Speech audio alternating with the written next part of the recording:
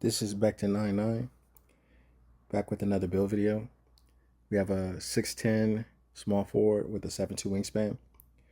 One of the things I like about this build is that this build can theoretically be created at the 3, the 4, and the 5. Essentially, the hallmarks of the build is that you'll have access to a 99 block and you'll have an 84 3 ball and a high enough midi to make a very solid jump shot. In the builder, you'll have access to some of the good bases, I guess you can say.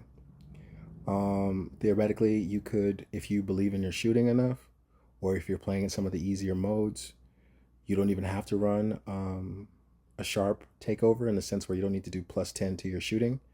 You could do +10 to your defense with the sharpshooting badge, and you'd have a 94 perimeter and a 90 interior and a 99 theoretically. Blocking and takeover if you want it. The rebounding is a little low, but if you wanted to make some corrections, you could prioritize getting to an 80 on your defensive rebound so you can get the silver rebounding badges.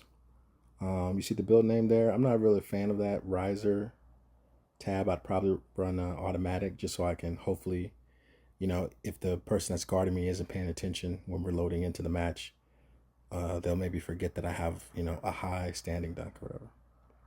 So looking at this cap breaker screen, there's a couple different design philosophies that you can follow. If you want to make your build all around better, I would use the first 8 cap breakers I get to just max out my ball handling and my speed with ball. If you want to rough it for a while, and you could use your first 5 cap breakers to cap break your driving dunk all the way up to a 90. So you'd have a 90, obviously 90 driving dunk, 90 standing dunk. You could go for a 95 standing dunk.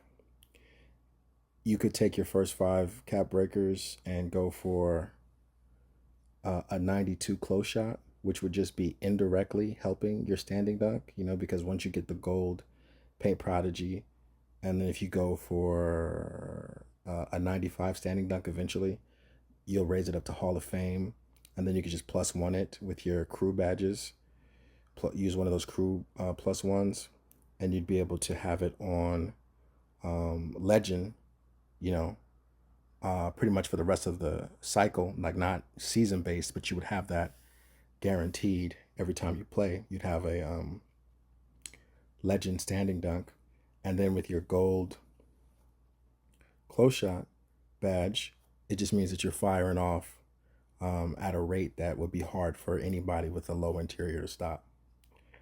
So if you go into the finishing cap breaking side, there's a lot of interesting things that you can do with this build. But if you want to be prudent, if you want to be able to, dribble a little bit and protect yourself from, just getting those body up animations, you have to defer the dream and say, okay, I'm gonna raise up my ball handle and my speed with ball, and then maybe I don't have enough attributes to. I'm not gonna set aside enough attributes to get my driving dunk up to a 90 naturally. Maybe you could just run a +10 driving dunk takeover, and so the cool things about this build is also what we spoke about earlier was the potential to get the block from a 94 to a 99. Do you need that? Is it necessary? No, but it could be fun. Or you could theoretically just make a takeover that pushes your block to a 99. So there's a lot of sort of wiggle room for you to decide your fate with this build, but as like I said, it can go from you can make it a 3. When you get to the 4, you're going to have to prioritize rebounding. If you get to the 5, you're going to really have to prioritize rebounding. But I think the mainstays of this build model should be 84 3-pointer, potential for 99 block. And then you just go from there and whatever you think that you need or that you want. So, yeah, I think that covers all the bases. Back to now.